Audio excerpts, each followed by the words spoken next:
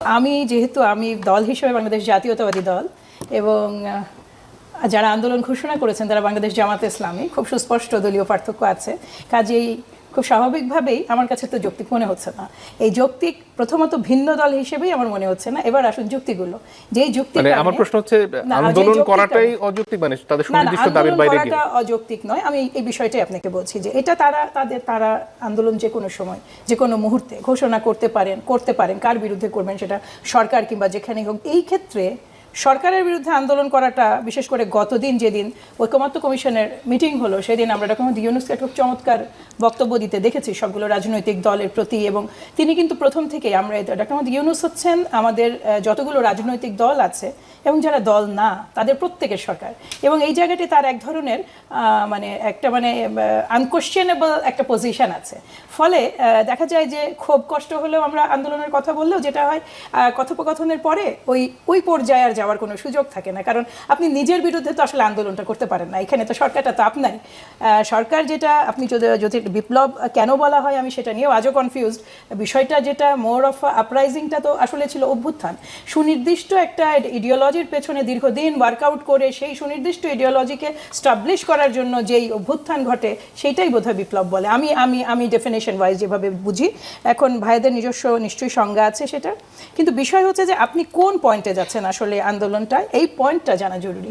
আপনার পয়েন্টটা তো পিয়ার, আপনার পয়েন্ট তো হচ্ছে আপনার লেজিটিমেসি দেওয়া, এটা একটা লিগ্যাল ফ্রেমওয়ার্কের মধ্যে আনা, যেটা ঐকমত্য কমিশন প্রতিদিন বা তাদের মতো বসছেন। 1 মাস সময় নিয়েছেন। কি হয়েছে তাতে? ফেব্রুয়ারি পর্যন্ত তো অলমোস্ট 5 মাস আছে। আমাদের যদি 2 মাস আরও লাগে, আবারও বলি ভিন্ন রাজনৈতিক দল, ভিন্ন মতাদর্শ, কিন্তু উদ্দেশ্যটা তো সেম। আমরা তো এটা বিশ্বাস করতে চাই যে এনসিপি কিংবা বাংলাদেশ জামাত ইসলামী কিংবা গণ অধিকার পরিষদ কিংবা বাম দলগুলো, আমরা প্রত্যেকেই তো চাইছি যে বাংলাদেশে আর আগের সময়টা কখনোই পুনরাবৃত্তি না হোক। আমাদের কিন্তু যদি মূল ডেস্টিনেশনটা সেম থাকে, রাস্তা হয় সেম নয়। আমি বাংলাদেশ জাতীয়তাবাদী দল তার মতাদর্শ অনুযায়ী, তার অভিজ্ঞতা অনুযায়ী, তার চিন্তাভাবনা অনুযায়ী একটা তাদের মতো প্রস্তাবনা দিয়েছেন, জামাত ইসলামী একটা দিয়েছেন, এনসিপি একটা দিয়েছেন। এটা নিয়ে তো কাজ চলছে। এমন যদি হতো যে আমরা সচরাচর যেটা বুঝি যে আলোচনার টেবিল যখন বন্ধ হয়ে যায় তখন আপনি মাঠে নেমে আসেন আন্দোলনের জন্য। আপনি যেই অর্থেই বলুন না কেন, আপনি সরকারের ওপরে একটা এক্সট্রা চাপ তৈরি করার চেষ্টা করছেন। আসলে কিসের জন্য? তার মানে কি আপনি আপনার অ্যাকশন দিয়ে কি বুঝিয়ে দিচ্ছেন না যে ঐকমত্য কমিশন ব্যর্থ হয়ে গেছে? দেখুন, আপনি 300 আসনে প্রার্থী দিয়ে রেখেছেন। বাংলাদেশ জামাত ইসলামের কথাই বলছি, যারা পুরো দমে নির্বাচনমুখী কাজ করছেন। আপনি নিম্নকক্ষে পিয়ারের জন্য মাঠে নামছেন, আপনি আলোচনার টেবিলেও বসছেন। আসলে আপনার রিয়াল স্ট্যান্ড কোনটা? এটা can be your very strong political stand, কিন্তু আপনি কোন পর্যায়ে এটা আনছেন? একটা সময় আমরা বিএনপি স্ট্রাগল করেছে না? বিএনপিও তো স্ট্রাগল করেছে যখন আপনার প্রধানমন্ত্রীর ইয়েগুলো নিয়ে আমরা কথা বলেছি, টেনিওর নিয়ে কথা বলেছি, মোট কয়বার হবে, এগুলো নিয়ে যুদ্ধ হয়েছে না? 70 অনুচ্ছেদ নিয়ে নানা মতভেদ থেকেছে। এগুলো কিন্তু আমরা এই ডিসকাশনগুলো আমরা সবাই, এমনকি জামাত ইসলামীও সর্বোচ্চ চেষ্টা করেছে আমাদের মধ্যে যেটা মতানৈক্যটাকে কমিয়ে আনার। সেই জায়গাটা পিয়ারের ব্যাপারটাও তো এখনো মীমাংসিত হলো না। এটা হয়ে যাবে বলে আমি আশাবাদী। দেখুন, এতগুলো বিষয় মীমাংসিত হয়েছে না।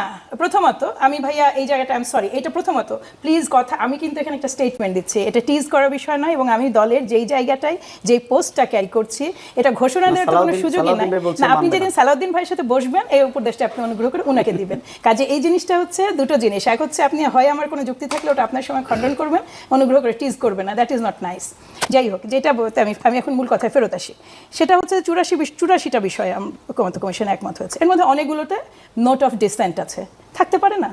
আমি যদি সব বিষয়ে একমতই হই তাহলে তো জামাত ইসলামীকেও ঘোষণা দিতে হয় না যে আমাকে মাঠে নামতে হবে। কিন্তু ওই যে আপনাকে আমি বললাম যে রাজনৈতিক আপনার একটা স্ট্যান্ড থাকতে হবে, যেটা কংক্রিট, যেটা দেখে আসলে আমি বুঝতে পারি আপনি চাইছেন কি।